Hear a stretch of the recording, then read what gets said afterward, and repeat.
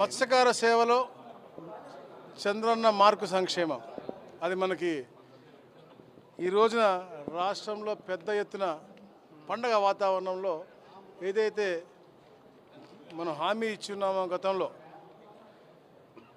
20,000 రూపాయలకి ఏదైతే నిషేధిత సమయంలో ఉన్న అర్హత ఉన్న ప్రతి ఒక్క మత్స్యకార సోదరు కూడా ఇస్తా అని చెప్పామో అది ఈరోజు పెద్ద ఎత్తున పండగ వాతావరణంలో పంచడం జరుగుతూ ఉంది.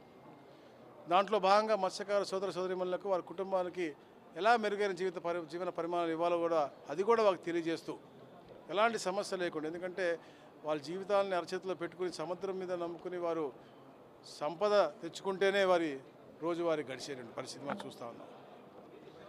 గతంలో నిషేధ సమయంలో కేవలం బియ్యం ఇచ్చేవాళ్ళు, కానీ 2014-19లో గౌరవ ముఖ్యమంత్రి గారు అప్పుడు వారికి 4,000 రూపాయలు నగదిటం మొదలెట్టారు.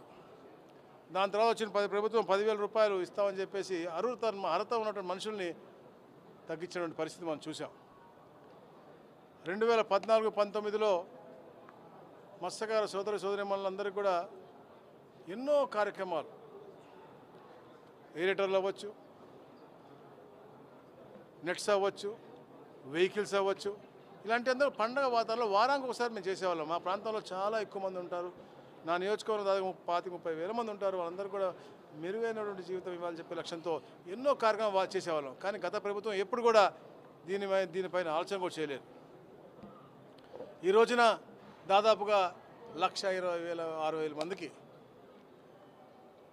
283 కోట్ల రూపాయలు, అంటే గత సంవత్సరంలో 253-55 కోట్లు ఇస్తే ఈ సంవత్సరంలో మళ్ళీ పెంచి 28 కోట్లు పెంచి, ఎందుకంటే అర్హత ఉన్న ప్రతి ఒక్కరికి ఇవ్వాలని అని చెప్పే లక్ష్యంతో ఈ పని చేస్తూ ఉన్నాం. ఎక్కడన్నా రేషన్ కార్డులో స్పిట్ ఉంటే ఆ స్పిట్ కూడా చేసుకుని అప్లై చేసుకునే విధంగా ఒక ప్రణాళిక వేసుకుని ముందుకు వెళ్తూ ఉన్నాం. ఈరోజు గౌరవ ముఖ్యమంత్రి గారి చేతుల మీదుగా రాష్ట్రమంతటా ఈ కార్యక్రమం చేస్తూ ఉన్నామంటే ఇచ్చిన మాట తప్పకుండా సూపర్ 6లో ఇచ్చినటువంటి అన్ని కార్యక్రమాలతో పాటు ఈ యొక్క అద్భుతమైనటువంటి కార్యక్రమం ఈ ప్రభుత్వం వచ్చిన తర్వాత బెస్సా చైర్మన్ వేసాము, అగ్రికల్చర్ చైర్మన్ వేసాము, అలాగే యాప్కా తరఫున ఫెడరేషన్ కింద చైర్మన్ పెట్టాము, డైరెక్టర్ పెట్టాము. అట్లా వీళ్ళందరి జీవితాల మీద అధ్యయనం చేసి ప్రభుత్వాన్ని దృష్టికి తీసుకొచ్చి వాళ్ళకి ఒక మంచి వాతావరణం క్రియేట్ చేయడం కోసమే.